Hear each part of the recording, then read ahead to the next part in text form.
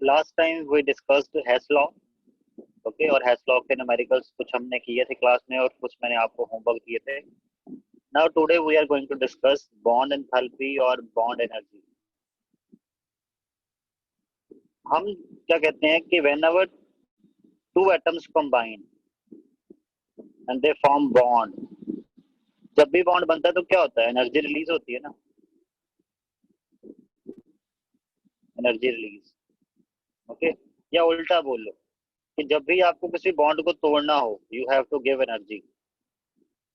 Okay, जितना bond बनने पे एनर्जी निकलती है उतना ही अगर उस बॉन्ड को तोड़ना है उतने ही मैग्नीट्यूड की एनर्जी आपको देनी पड़ेगी उस पर्टिकुलर बॉन्ड को तोड़ने के लिए. ओके, एंड इसी को बॉन्ड एंथैल्पी या बॉन्ड एनर्जी बोलते हैं, और इसी को बॉन्ड डिसोसिएशन एनर्जी भी बोलते हैं. Amount of energy released when one mole of bonds are formed from the isolated atoms is in the gaseous state. ठीक है, isolated atom in the gaseous state जब आपस में कंबाइन करते हैं और वन मोल जब ऐसे हो जाता है, one mole of bond is formed, then at that time the energy change occur क्या, वो तो आपको पता ही रिलीज ही होनी है. Okay, that is called as the bond enthalpy और bond energy. It is represented by delta B H. ये लिखा हुआ है यहाँ पे, इसको ऐसे भी दिखाते हैं, ऐसे भी दिखाते हैं. और सेकंड डेफिनेशन इसकी क्या हो सकती है, जैसे मैंने पहले बताया वाइस वर्सा, कि जिस बॉन्ड को, जैसे मान लो ए और बी के बीच में जो बॉन्ड बना है उसको बनते टाइम आपकी जो है 420 किलो जूल एनर्जी रिलीज हुई है पर मोल. तो अगर आपने इसके ऐसे 1 मोल ऑफ बॉन्ड तोड़ने हैं तो उनको तोड़ने के लिए भी आपको 420 किलो जूल एनर्जी देनी पड़ेगी. तो यहाँ पे निकली थी उतनी ही एनर्जी आपको देनी पड़ेगी if you want to break these bonds, 1 mole of these bond.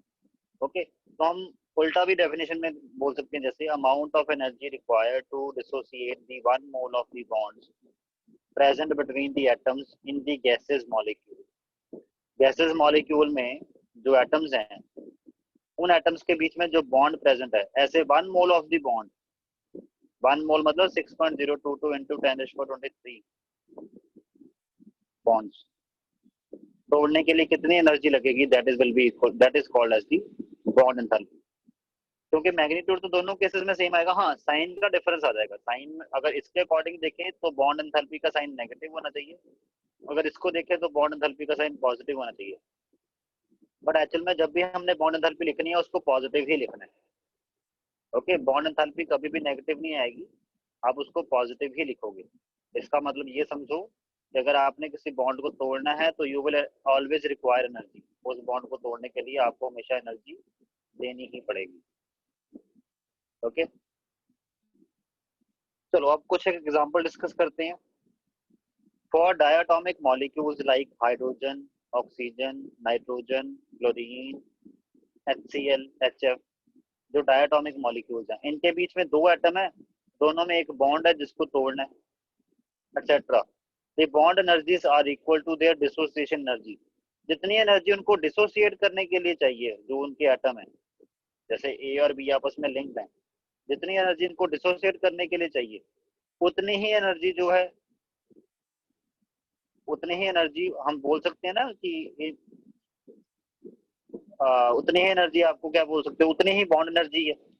Okay, तो इट मींस डायटोमिक मॉलिक्यूल्स के केस में जो बॉन्ड एनर्जीज है और जो बॉन्ड डिसोसिएशन एनर्जी है दैट इज इक्वल.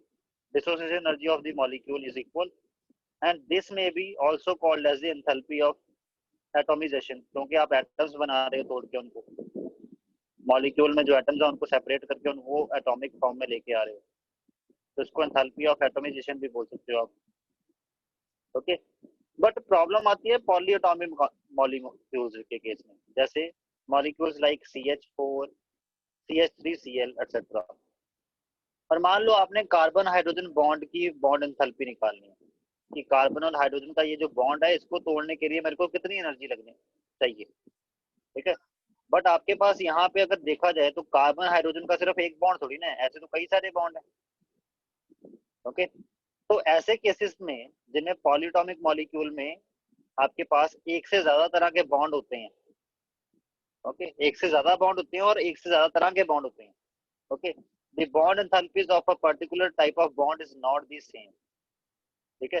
जैसे कार्बन हाइड्रोजन के यहाँ पे 4 बॉन्ड है, तो अगर मैं बोलूं जैसे इसको H1 लिख देता हूँ, इसको H2, इसको 3, इसको 4, कार्बन और H1 के बीच में जो बॉन्ड है उसको तोड़ने के लिए जो एनर्जी लगेगी, लेट अस से कि 400 किलो जूल एनर्जी लगेगी।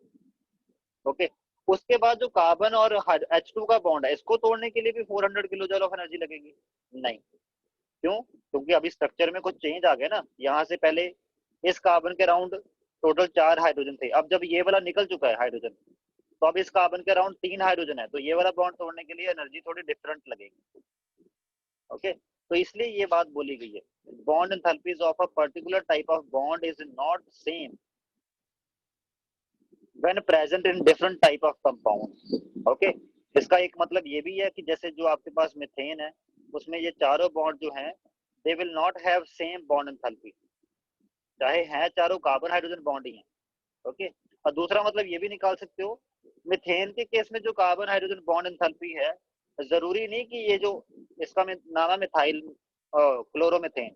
ओके, नेमिंग वगैरह हम आगे पढ़ेंगे कार्बन कंपाउंड्स में। ओके, तो क्लोरोमीथेन के केस में जो कार्बन हाइड्रोजन की बॉन्ड एंथैल्पी है वो अलग हो सकती है जो मीथेन के केस में थी उससे। ओके, क्योंकि इसमें मॉलिक्यूल के अराउंड जो अरेंजमेंट है वो डिफरेंट है। Okay, bond enthalpies of a particular type of bond is not the same when present in different type of compounds। इसमें अब आगे एग्जांपल दे रखी है, carbon hydrogen bond energy is different in case of CHCl3, CH2Cl2, CHCl3 and CCl4। Okay, इन तीनों में carbon hydrogen bond enthalpy will be different. जरूरी नहीं कि जो कार्बन हाइड्रोजन बॉन्ड एंथैल्पी इसमें आई वही इसमें आएगी, क्योंकि इसके केस में एनवायरनमेंट डिफरेंट है। ओके, एक तो पॉइंट ये हुआ ये वाला, और एक पॉइंट आगे ये भी है, even bond energy of a particular type of bond is not same even in the same compound. Even same compound में भी bond energy of a particular type of bond जो है वो सेम नहीं होती। जैसे मैंने आपको एग्जांपल दी कि मीथेन के केस में ये जो 4 कार्बन हाइड्रोजन बॉन्ड है, इन जैसे इसकी बॉन्ड एंथैल्पी 420 है, इसकी होगी 400, इसकी होगी 380, इसकी हो सकता है 450 हो। ओके, इवन सेम कंपाउंड में पर्टिकुलर टाइप ऑफ बॉन्ड की अगर बात कर रहे हो उसमें भी ये सेम नहीं होती। जैसे carbon hydrogen bond enthalpy for of all 4 carbon hydrogen bond in case of methane is, पहले वाला जो बॉन्ड तोड़ना है कार्बन हाइड्रोजन का उसके लिए 427 किलो जूल एनर्जी लगनी है, दूसरे वाले के लिए 439 लगनी है, तीसरे वाले के लिए 452 लगनी है, और चौथे वाले के लिए 347 लगनी है। तो इनमें से किसको हम बॉन्ड एंथैल्पी कार्बन हाइड्रोजन की मान लें, किसको मानेंगे? तो इनमें से किसी के साथ भी पार्शियलिटी थोड़ी ना करनी है, आपने क्या करना है, आपने इन चारों को की वैल्यू को लेके उसका एवरेज निकाल लेना है। टोटल एनर्जी मतलब सभी का सम डिवाइडेड बाय कितने बॉन्ड थे, टोटल 4, तो आपने एवरेज निकाल लिया, तो ये जो एवरेज वैल्यू आएगी this will be called as the bond enthalpy of carbon hydrogen bond which is equal to 416 kilojoule per mole. Okay, और स्ट्रिक्टली स्पीकिंग वैसे बॉन्ड एनर्जी और बॉन्ड एंथैल्पी दो डिफरेंट टर्म होनी चाहिए थी। क्यों? क्योंकि बॉन्ड एनर्जी का मतलब है डेल्टा यू, बॉन्ड एंथैल्पी का मतलब है डेल्टा एच। ओके, बट इसके केस में आपको पता है delta H is equal to delta U plus P delta V होता है। यहाँ पे ये वाला वर्क डन ऑलमोस्ट जीरो ही होता है, तो एंथैल्पी और इंटरनल एनर्जी की वैल्यू जो है वो ऑलमोस्ट डेल्टा एच और डेल्टा यू की वैल्यू सेम ही आएगी। इट मींस इसीलिए यहाँ पे हमने स्टार्टिंग में बॉन्ड एंथैल्पी और बॉन्ड एनर्जी को सेम ही लिखा है, it is a same kind of thing. Okay, so this is it, clear? जैसे ये मैंने डिफरेंट डिफरेंट बॉन्ड की बॉन्ड एनर्जीज लिख रखी हैं कि हाइड्रोजन हाइड्रोजन बॉन्ड की बॉन्ड एनर्जी ये होती है या बॉन्ड एंथैल्पी ये होती है, हाइड्रोजन ब्रोमीन की ये होती है, ओके, कार्बन हाइड्रोजन की ये होती है। जैसे कि मैंने बोला एवरेज वैल्यू लिखी हुई है। ओके, जरूरी नहीं कि सभी कंपाउंड्स में 413 ही होनी है। जैसे हो सकता है आपके पास ये जो क्लोरोमीथेन है इसमें कार्बन हाइड्रोजन की bond enthalpy 400 kilo joule per mole हो, और ये जो डाइक्लोरोमीथेन है अगला वाला कंपाउंड इसकी 420 किलो जूल हो। ठीक है, बट इससे आपको अप्रोक्सीमेट वैल्यू का पता लग जाता है। ये जो टेबल में मेंशन है ये अप्रोक्सीमेट वैल्यूज हैं कि कार्बन हाइड्रोजन बॉन्ड एंथैल्पी की वैल्यू इसके अराउंड ही होती है, थोड़ा सा ऊपर नीचे हो सकता है। Okay clear. और वो क्यों ऊपर नीचे हो सकता है, मैंने आपको अभी बताया कि आपके पास इवन डिफरेंट कंपाउंड में तो चलो डिफरेंट होती हैं, इवन सेम कंपाउंड में भी वो सारी की सारी वैल्यू सेम नहीं होती। जैसे मीथेन के केस में चारों कार्बन हाइड्रोजन बॉन्ड की जो बॉन्ड एंथैल्पी है that is not same at all. Okay even देखो कितना डिफरेंस है उसमें। Okay so this is the meaning of bond enthalpies. अब आगे हम इसके ही न्यूमेरिकल्स करेंगे कुछ एक। Okay now we will do some numericals on the basis of bond enthalpy. Okay but before that एक रिलेशन आपको पता होना चाहिए बॉन्ड एंथैल्पी और एंथैल्पी ऑफ रिएक्शन का। वो क्या है, enthalpy of reaction is equal to bond enthalpies of reactants, मतलब रिएक्टेंट में जितने भी टोटल नंबर ऑफ बॉन्ड्स हैं उन सभी की बॉन्ड एंथैल्पी का summation minus bond enthalpies of products. कैसे, अब इसका एग्जांपल समझो। जैसे hydrogen plus chlorine is going to give 2HCl, ये रिएक्शन है। इसके लिए आपने बॉन्ड एंथैल्पी ऑफ रिएक्शन निकालनी है, sorry enthalpy change of reaction निकालना है। तो वो कैसे निकलेगा, enthalpy change of reaction will be equal to, reactant में कौन कौन से बॉन्ड है, रिएक्टेंट में हाइड्रोजन हाइड्रोजन बॉन्ड है, इसमें क्लोरीन क्लोरीन बॉन्ड है। ओके और आपके पास प्रोडक्ट 2HCl के मॉलिक्यूल हैं, इनमें क्या होगा 2HCl के बॉन्ड होंगे। तो फॉर्मूला क्या बताया मैंने, enthalpy of reaction is equal to summation of bond enthalpies of reactants minus summation of bond enthalpies of product. अब रिएक्टेंट्स की बॉन्ड एंथैल्पीज कौन कौन सी हैं, एक तो है हाइड्रोजन, इसकी बॉन्ड एंथैल्पी की वैल्यू जैसे मान लो लेट अस से 420 प्लस क्लोरीन क्लोरीन का बॉन्ड, इसकी बॉन्ड एंथैल्पी की वैल्यू लेट अस से 300। तो ये हो गई bond enthalpies of total reactant जितने भी आपके पास हैं माइनस प्रोडक्ट, प्रोडक्ट आपके पास 2HCl के मॉलिक्यूल है ना, तो इसके केस में 2 into bond enthalpy of HCl, HCl की बॉन्ड एंथैल्पी कितनी है, लेट अस से इसकी वैल्यू है 200, तो 200 आ गया। ओके तो इसको सॉल्व करोगे आपके पास एंथैल्पी ऑफ रिएक्शन क्या आ जाएगा, ये आ गया आपके पास 720 माइनस 400, 320 किलो जूल पर मोल।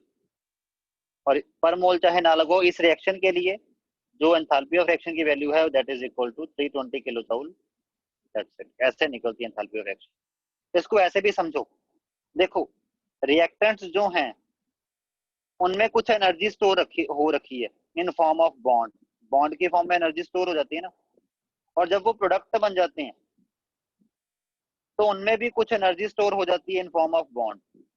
अगर रिएक्टेंट्स की एनर्जी जो रिएक्टेंट में स्टोर हो रखी है एनर्जी, ठीक है, उतनी एनर्जी अगर प्रोडक्ट में स्टोर ना हो पाए, मतलब प्रोडक्ट के जो बॉन्ड है वो उतने स्ट्रॉन्ग नहीं जितने वो रिएक्टेंट में थे, तो रिएक्टेंट में ज्यादा बॉन्ड एनर्जी स्टोर हो रखी थी, प्रोडक्ट में एनर्जी कम स्टोर हो रखी है, तो होगा क्या, बाकी जो एनर्जी है दैट विल बी रिलीज्ड, वो सारी की सारी एनर्जी रिलीज हो जाएगी। ओके और अगर उल्टा है, और नहीं नहीं नहीं नहीं, अगर wait wait wait, reactant to product अगर कन्वर्जन हो रही है तो रिएक्टेंट में एनर्जी ज्यादा स्टोर हो रखी है, अगर रिएक्टेंट के जो बॉन्ड है उनमें एनर्जी ज्यादा स्टोर हो रखी है और प्रोडक्ट के बॉन्ड्स में एनर्जी कम स्टोर हो रखी है, एनर्जी लेस स्टोर। तो होता क्या है आपके पास, आपको रिएक्टेंट के बॉन्ड तोड़ के प्रोडक्ट के बॉन्ड बनाने में एनर्जी देनी पड़ेगी। डेल्टा एच पॉजिटिव आना चाहिए ना ऐसे रिएक्शन के लिए, तब देखो डेल्टा एच पॉजिटिव ही आएगा अगर रिएक्टेंट की बॉन्ड एंथैल्पी बॉन्ड एंथैल्पी या बॉन्ड एनर्जी जो है वो ज्यादा हुई एज कंपैरिजन टू प्रोडक्ट। अगर वाइस वर्सा हुआ कि रिएक्टेंट से ऐसे प्रोडक्ट बनने हैं जिनमें स्ट्रॉन्ग बॉन्ड है, इनमें बॉन्ड स्ट्रॉन्ग है और इनमें बॉन्ड वीक है, ओके तो होगा क्या, bond enthalpy of reactant weak है, बॉन्ड एंथैल्पी ऑफ प्रोडक्ट ज्यादा है, तो होगा क्या, this will be more this will be less, तब एंथैल्पी ऑफ रिएक्शन क्या आएगी, नेगेटिव, मतलब this reaction will be an exothermic, energy release करेगा। ऑब्वियस है ना, अगर स्ट्रॉन्ग बॉन्ड बन रहे हैं, उतने स्ट्रॉन्ग बॉन्ड रिएक्टेंट में नहीं थे, बट जब प्रोडक्ट बन रहे हैं तो ज्यादा स्ट्रॉन्ग स्ट्रेंथन अप हो रहे हैं, बॉन्ड स्ट्रेंथन अप होने का मतलब एनर्जी रिलीज होना, क्योंकि जब भी बॉन्ड बनता है तो एनर्जी रिलीज होती है ना, और जब बॉन्ड स्ट्रॉन्ग होता है तब भी एनर्जी रिलीज होती है। तो इट मीन्स इसलिए एक्सोथर्मिक रिएक्शन के केस में एनर्जी रिलीज होती है क्योंकि उस टाइम प्रोडक्ट की बॉन्ड एनर्जी ज्यादा होती है एज कंपेरिजन टू रिएक्टेंट। और एक और बात, bond energy can never represented negative, bond energy को नेगेटिव नहीं रिप्रेजेंट करना, बॉन्ड एनर्जी हमेशा पॉजिटिव मैग्नीट्यूड में ही रिप्रेजेंट करते हैं। ओके, क्योंकि जैसे मैंने अभी आपको ये वाली डेफिनेशन पहले पढ़ाई थी, इसके केस में आप हो सकता है दिमाग में आप ये लेके बैठो कि इसकी वैल्यू नेगेटिव आनी चाहिए, और वो बात सही भी है कि इस डेफिनेशन के अकॉर्डिंग नेगेटिव आनी चाहिए, ठीक है। बट हम मेजरली इस डेफिनेशन को प्रेफरेंस देते हैं कि amount of energy required to dissociate 1 mole of bonds. Okay, तो इसके अकॉर्डिंग जितनी एनर्जी चाहिए तो वो तो उसका साइन तो पॉजिटिव ही आएगा ना, तो इसलिए बॉन्ड एंथैल्पी को हमेशा पॉजिटिव वैल्यू आती है, ये याद रखना है। बॉन्ड एंथैल्पी कभी भी नेगेटिव नहीं होगी, किसी भी बॉन्ड के लिए बॉन्ड एंथैल्पी नेगेटिव नहीं होगी, चाहे वो बॉन्ड ज्यादा स्ट्रॉन्ग है चाहे कम स्ट्रॉन्ग है, बट है तो है। इट मींस उसको तोड़ने के लिए कुछ एनर्जी थोड़ी बहुत लगेगी, तो it means bond enthalpy can never represented in negative, it will be always in positive. जैसे यहाँ पे देखो जितने भी बॉन्ड्स की एंथैल्पी दिखाई वो पॉजिटिव ही दिखाई ना, पॉजिटिव ऑलवेज, तो इसको हमेशा पॉजिटिवली ही डेजिग्नेट करते हैं। और एंथैल्पी ऑफ रिएक्शन और बॉन्ड एंथैल्पीज ऑफ रिएक्टेंट और प्रोडक्ट का रिलेशन मैंने आपको ये बता दिया। अब इसके बेसिस पे कुछ एक न्यूमेरिकल करते हैं, थोड़ा क्लैरिटी, कंसेप्ट क्लैरिटी और हो जाएगी आपको। Problem number 1, calculate the bond enthalpy of HCl। HCl की बॉन्ड एंथैल्पी बताओ, मतलब H और Cl को तोड़ने के लिए कितनी एनर्जी लगेगी वो बताओ। गिवन क्या क्या है आपके पास, given that the bond enthalpy of hydrogen and chlorine, hydrogen की बॉन्ड एंथैल्पी कितनी है 430 किलो जूल पर मोल, और क्लोरीन की बॉन्ड एंथैल्पी कितनी दे रखी है 42 kilo joule per mole respectively, and enthalpy of formation of HCl is also given, that is minus 91 kilojoule per mole। Okay, तो क्या क्या दे रखा है, HCl की फॉर्मेशन की एनर्जी दे रखी है। ओके, HCl जब फॉर्म होता है, HCl फॉर्म होने का रिएक्शन कहाँ लिखा हुआ है ना, इसका रिएक्शन मैं इसको चलो मैं अलग पेज पे ले जाके सॉल्व करता हूँ। ये हो गया आपके पास। Okay, let me go to next page. Okay, given क्या क्या है आपके पास, उसको रिएक्शन के फॉर्म में लिखते हैं। आपने निकालना क्या है, टारगेट क्या है, जैसे हेसलॉ में किया है ना वैसे ही करना है इसमें भी। टारगेट आपके पास है calculate the bond enthalpy of HCl, कि हाइड्रोजन और क्लोरीन जब कंबाइन करके HCl बनाएंगे तो ये वैल्यू कितनी होगी, ठीक है।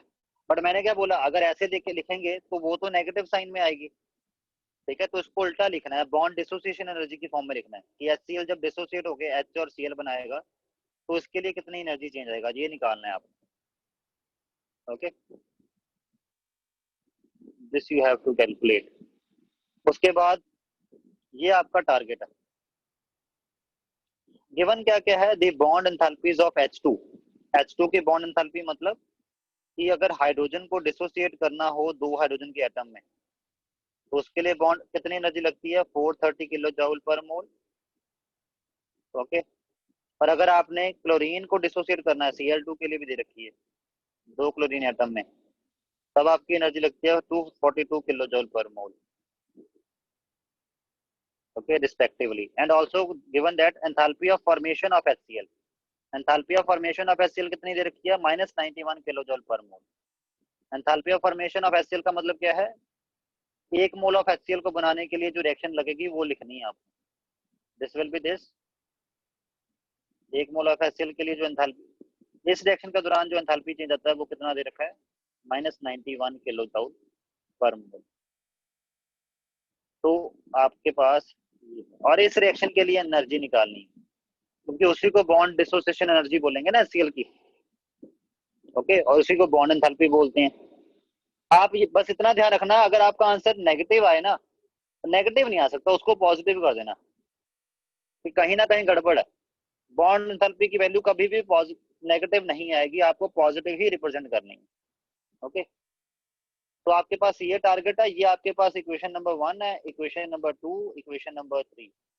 अब ये आपके टारगेट इक्वेशन है, इसको बनाना है। अब रिएक्टेंट साइड आपका HCl है, तो इसको इन्वर्ट करना पड़ेगा, इन्वर्ट इक्वेशन 3। तो आपके पास क्या बन गया, HCl is going to give half H2 plus half Cl2।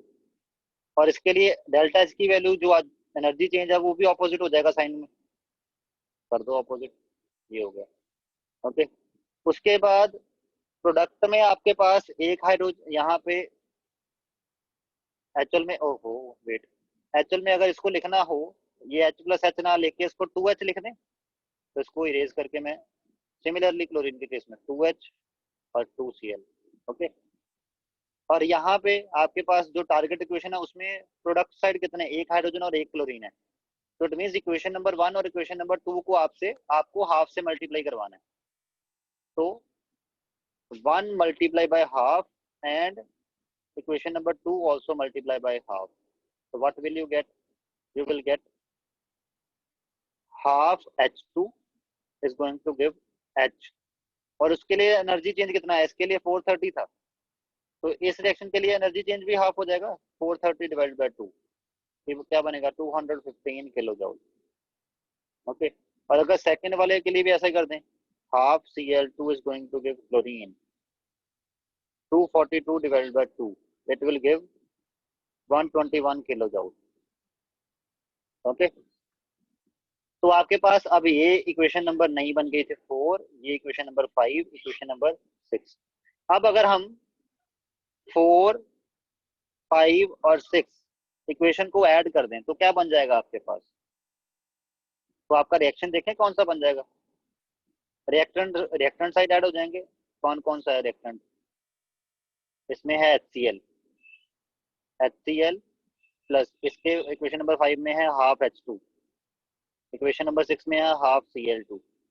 Reactant side add कर दी, अब प्रोडक्ट साइड, इसमें प्रोडक्ट साइड है half H2 plus half Cl2, plus इसमें क्या है हाइड्रोजन, प्लस इसमें क्या है क्लोरीन। हाफ H2 और हाफ Cl2 तो वैसे ही कट गए, तो आपके पास इक्वेशन का आपका आंसर क्या बन गया, ये वाला। अलजेब्रिक सम करने के बाद इक्वेशन कौन सी बन गई, ये वही वाली इक्वेशन नहीं है जो आपकी टारगेट है, जिसको आपने निकालना है, यही निकालनी है। तो बस फिर इट मीन्स जो ऑपरेशन इन पे लगाया है इसको टारगेट इक्वेशन बनाने के लिए, वही उनकी एंथैल्पीज पे लगा के देखो जरा वैल्यू कितनी बन रही है। रिएक्शन 4 के लिए एंथैल्पी की वैल्यू कितनी है 91, रिएक्शन 5 के लिए कितनी है 215, रिएक्शन 6 के लिए कितनी है, ये देखो 6 के लिए 121, इन सभी को ऐड कर दो, 215, 121, 91, 7, 12, 427। इट मीन्स हाइड्रोजन और क्लोरीन की जो बॉन्ड एंथैल्पी है दैट इज 427, आई भी पॉजिटिव, तो हमारे लिए अच्छा है, हमें साइन इन्वर्ट नहीं करना पड़ा, नहीं तो कुछ ना कुछ जुगाड़ लगा के हमें साइन इन्वर्ट करना पड़ता। तो यहाँ पे इसका आंसर आ गया किलो जूल पर मोल में, एंथैल्पी का आंसर भी आप किलो जूल पर मोल में एक्सप्रेस करते हो। ओके, यहाँ पे दिख रहा है ना 1 मोल ऑफ HCl के बॉन्ड तोड़ रहे हो, 1 मोल ऑफ HCl में H और Cl के बॉन्ड भी तो 1 मोल ही होंगे। ओके क्लियर, अगर आपको डायरेक्ट फॉर्मूला लगाने में कंफ्यूजन हो रही है तो आप इसको ऐसे भी कर सकते हो। ओके, तो इसका इनका आंसर देख लें कितना आया हुआ है, इनका आंसर 427 किलो जूल पर मोल। और इन्होंने ये जो मेथड नंबर सेकंड लगाया है ओके नोट्स में जो मैंने मेंशन कर रखा है, इसमें मैंने देखो ये हेस लॉ को करके ही यूज किया हुआ। फर्स्ट में इन्होंने क्या किया, फर्स्ट में इन्होंने ये वाला डायरेक्ट फॉर्मूला लगाया है जो मैंने आपको बोला था, एंथैल्पी ऑफ रिएक्शन जो है that is equal to enthalpy of formation of product minus enthalpy of formation of reactant. Okay, तो इसके केस में इन्होंने कौन सी एंथैल्पी ऑफ रिएक्शन ली है, इन्होंने एंथैल्पी ऑफ रिएक्शन ली है ये वाली। वेट, इसके केस में अगर ये वाला फॉर्मूला लगाना हो तो मैं आपको बताता हूँ इसमें रिएक्शन कौन सी लेके बात कर रहे हैं, ये वाले रिएक्शन की बात कर रहे हैं। ये enthalpy of formation of H half H2 plus half Cl2 is going to give HCl, इसकी ये वाला रिएक्शन था ना आपके पास जिसकी एंथैल्पी गिवन थी, तो इसमें एंथैल्पी ऑफ रिएक्शन जो है that will be equal to enthalpy of HCl minus half enthalpy of bond enthalpy of half of sorry bond enthalpy of H2 minus, इसको ब्रैकेट में ले लो क्योंकि ये रिएक्टेंट है, उल्टा नहीं लिख दिया, रिएक्टेंट पहले आते हैं फॉर्मूला में, देखो रिएक्टेंट पहले है प्रोडक्ट बाद में है, यहाँ पे उल्टा लिख दिया मैंने वेट। तो एंथैल्पी ऑफ रिएक्शन का फॉर्मूला ये वाला ही लगा रहा हूँ मैं, half of enthalpy of H2 plus half of enthalpy of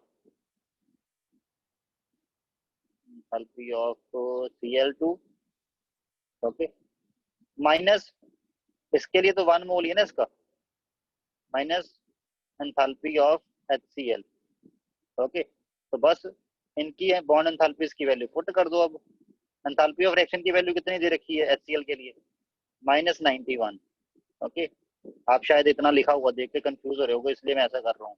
half enthalpy of bond enthalpy of H2 कितनी दे रखी है, H2 की बॉन्ड एंथैल्पी दे रखी है 430 किलो जूल, ओके। और बॉन्ड एंथैल्पी ऑफ Cl2 कितनी दे रखी है, प्लस हाफ, ये दे रखी है 242, okay, minus bond enthalpy of HCl, ये तो हमने निकालनी है। इसको फिर क्या करोगे आप, इसको उधर ले जाओगे और ये -91 इधर आके +91 हो जाएगा। आपका आंसर देखना है, इसको सॉल्व करने के बाद भी यही बनेगा, okay. This will be the answer, okay, clear. तो आप ये वाला मेथड भी लगा सकते हो, उनको रिएक्शन की फॉर्म में रिप्रेजेंट करके टारगेट रिएक्शन बना के मैथ्स लॉ भी लगा सकते हो, ओके। और ये वाला वही बात बार बोल रहे हैं कि ये वाला, जैसे ये वाला इन्होंने कर ही दिया है, ठीक है। ये फर्स्ट वाला नहीं है, फर्स्ट वाला कुछ ज्यादा कॉम्प्लिकेट किया हुआ है। ये वाला जो मैंने किया ना, ये थर्ड मेथड है, by applying the reaction relation. ये वाला लगा के वैल्यूज पुट करी, सिंपल, ये देखो वैल्यूज पुट करके आंसर निकाल लिया इन्होंने। This is your answer, okay students. So next question is, this is the next question, calculate the bond energy of CH bond, CH bond की bond energy निकालनी है, okay। given that heat of formation of CH4, heat of formation of CH4 का मतलब क्या है कि 1 mole of CH4, definition याद रखना वो वाली हीट ऑफ फॉर्मेशन वाली, 1 मोल ऑफ CH4 बनाने के लिए हमें जितना भी मटेरियल चाहिए एलिमेंटल फॉर्म में, वो क्या क्या चाहिए, 1 मोल ऑफ कार्बन चाहिए और 2 mole of hydrogen molecule gas चाहिए, क्योंकि आपको यही एलिमेंटल फॉर्म मिलेगी इनकी। The heat of formation of CH4 and heat of sublimation of carbon, मतलब कार्बन सॉलिड से कार्बन गैस बनाना 1 mole, and heat of dissociation of H2 are given. कितना कितना गिवन है, -74, इसके लिए वैल्यू दी है -74.8 किलो जूल पर मोल। सेकंड के लिए वैल्यू दी है +719.6 किलो जूल पर मोल, और इसके लिए वैल्यू दी है 435.4 kilo joule per mole, okay. और आपने CH की बॉन्ड एनर्जी निकालनी है। CH की बॉन्ड एनर्जी मिथेन को यूज करके निकालनी है। इट मींस मिथेन को अगर आपने डिसोसिएट करके ये करना है, तो पहले आपको इसकी एनर्जी निकालनी पड़ेगी, और ऐसा करने के लिए आपको 4 बॉन्ड तोड़े होंगे आपने, तो जितनी भी एनर्जी की वैल्यू इसके लिए आ जाएगी, ये वाले के लिए, इस चेंज के लिए, उसको डिवाइडेड बाय 4 करके आप एवरेज वैल्यू निकाल दोगे, ओके, CH बॉन्ड एंथैल्पी की। क्योंकि 4 बॉन्ड को तोड़ने के लिए जो आएगी एनर्जी, वो तो यहाँ से आ जाएगी इस रिएक्शन के लिए, ये हमारा टारगेट रिएक्शन है, ओके। और ये आपके पास गिवन रिएक्शन है, तो इन गिवन रिएक्शंस की हेल्प से ये टारगेट रिएक्शन के लिए जो डेल्टा एच आएगा वो निकालो। ये जो डेल्टा एच है इस रिएक्शन के लिए, वो क्या है, enthalpy of atomisation of methane. और इसकी एटोमाइजेशन करने के लिए आपको 4 कार्बन हाइड्रोजन बॉन्ड तोड़ने पड़े हैं। तो इसका मतलब यही हुआ कि 4 कार्बन हाइड्रोजन बॉन्ड तोड़ने के लिए कितनी एनर्जी लगेगी, वो यहाँ से ये कैलकुलेट करके आएगी, और जो इसके लिए आई होगी वैल्यू, उसको 1/4 कर देना, वो एक कार्बन हाइड्रोजन बॉन्ड की बॉन्ड एंथैल्पी मान लेंगे, एवरेज वैल्यू बोल लिखते हैं हम वैसे भी, ओके। तो बस ये इक्वेशन नंबर 1 है, ये आपकी इक्वेशन नंबर 2 है, इक्वेशन नंबर 3 है। इसको बनाओ, कोशिश करो इससे। मिथेन जो है वो रिएक्टेंट साइड है, तो इन्वर्ट इक्वेशन 1 को करो पहले invert. Methane is going to give 1 carbon solid, नहीं सॉलिड नहीं, अगर यहाँ पे एंथैल्पी ऑफ फॉर्मेशन की बात हो रही, नहीं फिर सॉलिड ही देना पड़ेगा यहाँ 1, क्योंकि एलिमेंटल फॉर्म में कार्बन सॉलिड फॉर्म में होता है ना। 1 carbon solid and 2 hydrogen gas, okay. तो ये आ गया आपके पास।